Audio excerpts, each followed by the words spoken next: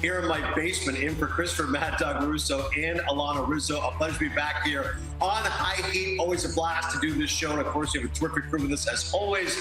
Our producer, Jason Roy, our coordinating producer, Mitch Green, our director, Joy Huber, tells me audio, not 100%. We're doing the best we can here with the home cam setup. I've got MLB Tonight later on tonight. Make sure you join us at 6 o'clock Eastern. Me and Harold Reynolds and Bill Ripken, we've got a terrific show coming up and lots of great games as you would expect. As far as today's show is concerned, Anthony Castro-Vince at MLB.com is going to join me in minutes. We also have Sam Full, the Vice President and General Manager of the Philadelphia Phillies. He will join us. Man, the Phillies are hot right now. They've got a wild card spot again. They're half game up on the Marlins, which is great news right now for your Phillies fans. Sam will talk to us about Bryce Harper and when he's going to be at first base, plus the key with that resurgent pitching staff. We also have other special guests lined up here, so let's get right to it here with the brushback. And the big thing I've noticed here in watching Major League Baseball these last couple of weeks coming out of the All-Star break is you got your pretenders, you got your contenders, and certainly when it comes to the National League now, we are starting to get a sense of which teams are the teams that really are going to be the ones that are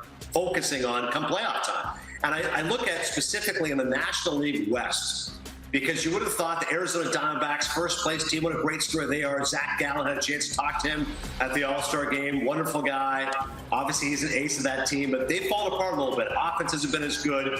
Even though Davies keeps winning for that team, you know their offense isn't as strong. So what's happened is the Dodgers have come up. The Dodgers have said, hey, by the way, we're still Goliath. We're still the team to beat here in the National League West. And that starts with starting pitching. The Dodgers starting pitching so far this year actually ranks in the 20s, which is shocking to think about. But so many of those guys right now have been on the IL. When you look at Los Angeles' starting staff right now, it's names like Sheehan, it's names like Grove. You've got guys like Tony Gonsolin, obviously, who's more of a household name. But those rookies have had to step up. Grove's now won 3 straight starts for Los Angeles, which is a terrific sign. Urias, all he does is win, although he has not been as strong this year. So their pitching staff has been tested. Miller, of course, very good-looking rookie as well. But when they get back those guys off the IL, namely Clayton Kershaw and others, LA will be even more formidable. So they're winning right now. They're back in first place, even though a lot of their starting staff is on the IL. How are they doing it? Quite simply, it's their offense. Freddie Freeman remains one of the best players in baseball. He's top 5 right now in batting average. And Mookie Betts is second right now in home runs. So Mookie's providing plenty of power for this team. And the great story of this team has been J.D. Martinez. You know, J.D. Martinez has been resurgent as a designated hitter. He's been the guy that you look at and you say, wow, he's back to being the J.D. Martinez of a couple of years ago when you thought maybe their offense was waning with regards to JD, bat speed slows, declining. No, you go to Southern California and you're rejuvenated, and that's been the story for JD Martinez as he's been an all-star for good reason. So LA's got plenty of depth right now. Even a guy like Jason Hayward, who you're not expecting much of, still really good defensively, runs the bases well. He can be a complimentary piece for Los Angeles. And the Dodgers are the team we weren't talking about a lot the first half of the year. Guess what? Here come the Dodgers, and of course they will make some moves at the trade deadline. Not sure if they're going to get Ohtani. Still don't think he gets traded, but watch out for that. Then you got the San Francisco Giants. Now, the Giants a couple of years ago won 107 games, but all of a sudden last year, the big regression. So which Giants team will show up? Will the real Slim Shady please show up? With regards to San Francisco, it starts with their bullpen. You look at the Rogers brothers. The Twins have been great. Camilo Duvall's really good. And then their starting staff. There's 2 guys you can totally count on. One of those is Logan Webb, who has now just put together 2 of the best starts of his career in back-to-back outings. And Alex Cobb. Cobb right now also top 5 right now in the National League in ERA. Those 2 horses can carry this team. And then offensively, you got contributions from a guy like Wilmer Flores. He went deep yesterday, back-to-back games. He's provided a lot of power for this team. And all of a sudden, San Francisco, with veterans like Brandon Crawford, they're right there in the mix. And, you know, San Francisco does it without that prototypical star. But that's why Farhan Zaidi is one of the smartest, best front office guys in the game. He puts together his team with players who are B+, A- and able to play like stars.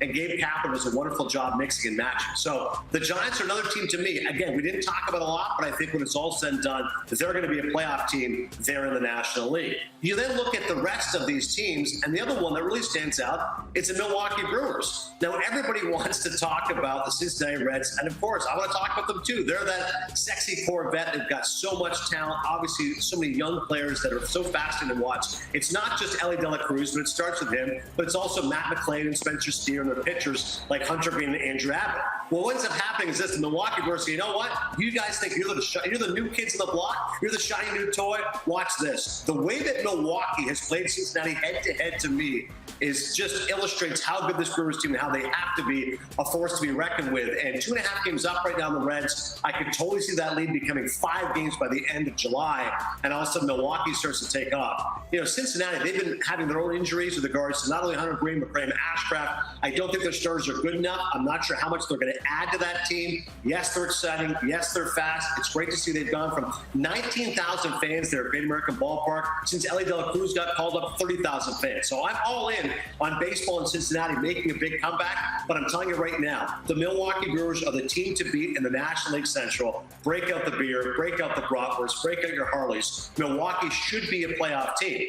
Corbin Burns is a guy who's always a perennial sign candidate. Hasn't been as strong this year. Okay, that's fine. How about the back end of the bullpen? Devin Williams absolutely lights out, taking over last year for Josh Hader. And here's a really good story right now, Major League Baseball not getting enough pub. That's Christian Yelich. Christian Yelich is back to being a guy who you can depend on that offense. He's got 13 home runs and 21 steals. Maybe he doesn't go back to justifying that massive contract, but better than expected and really important to that Brewers offense when you look at what they can provide. You look at Adames and others, and these guys can really bring it. So that to me is my main takeaway right now. As I look at this Major League schedule, I see 3 teams in the National League knocking a lot of pub in the first half, but now are for good reason. It's the Dodgers, it's the Giants, it's the Brewers. Let's bring in our friend Anthony Castro-Vance, a terrific writer for MLB.com. Been a pleasure to catch up with Anthony actually at the All-Star game in Seattle, and he joins us right now. Anthony, good to see you. I talked about those National League contenders that are beginning to reveal themselves. There, of course, is the other side of that, which is the National League teams, which have proven to be pretenders more than contenders, and one of those is the San Diego Padres. I know they looked good last night. I know they scored a bunch of runs against Alek Manoah and the Blue Jays, but it really is put up or shut up time for AJ Preller in these next couple of weeks, right?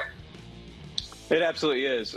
They've won 6 of their last 10, so perhaps trending in the right direction, but there's probably not a more closely watched club in this month. And, that's all Shohei Ohtani discussion aside, and we'll talk about Ohtani in a minute. But from a team standpoint, the Padres can really dictate this trade deadline. We went into the year thinking, it's going to be pretty light at the trade market this summer because of the expanded playoffs and what the pending free agent pool was looking like. And, the bad teams are bad for a reason. They might not have many assets to deal. But then you got a team like the Cardinals fall out of it, so they become sellers, perhaps the Mets and the Padres, who it doesn't make a lot of sense. They're 5th or 6th in the majors in ERA. They're kind of middle of the pack offensively. We know the talent is there. It's just a matter of they just haven't put it together one way or another this season. So, like you said, put up or shut up time. Otherwise, you got Blake Snell as a pending free agent.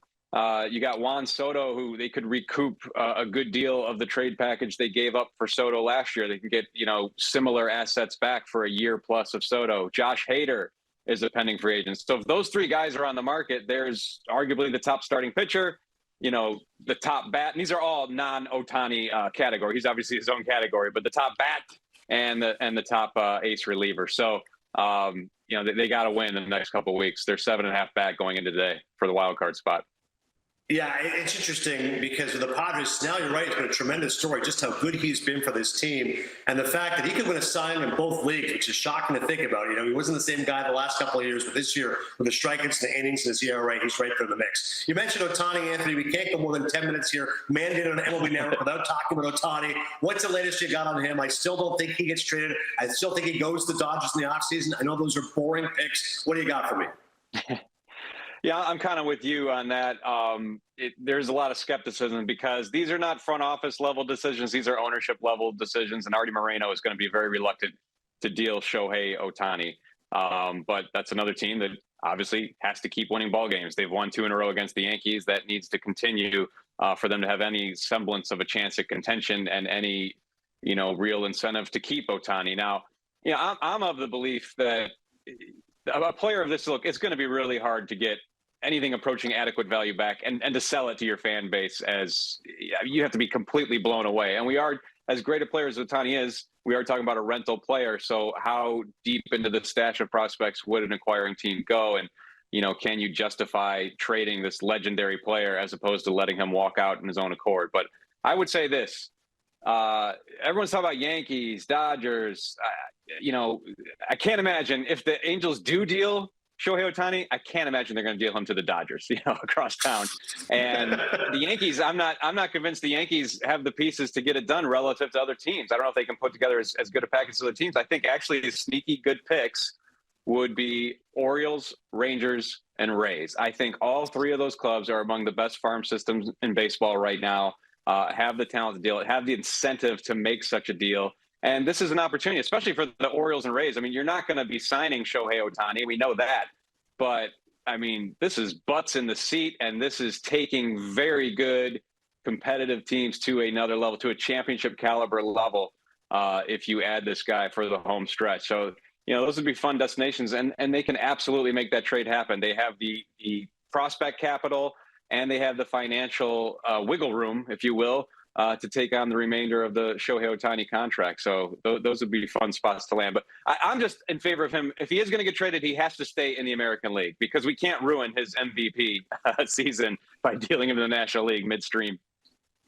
Yeah, it's interesting. You mentioned the Rays. I was like, God, maybe that would be the tonic to get the Rays all of a sudden being able to sell out. But yeah, you're right about that. You got to have a farm system, right? You got to have teams that can give up these prospects. People mentioned the Mets. Like, who are they trading? Aside from Francisco Alvarez, there's nobody that's blowing you away of the Brett Beatty's and the Mark Vientoses. Hall of Fame weekend, of course, Anthony, this week, and it's always a lot of fun to reflect on the stories and accomplishments of these guys. It's more than just the stats. It's what they are off the field. You wrote a terrific column about Scott Rowland, a special relationship he had with a young child battling leukemia, and that impact that had on him. Tell us that story.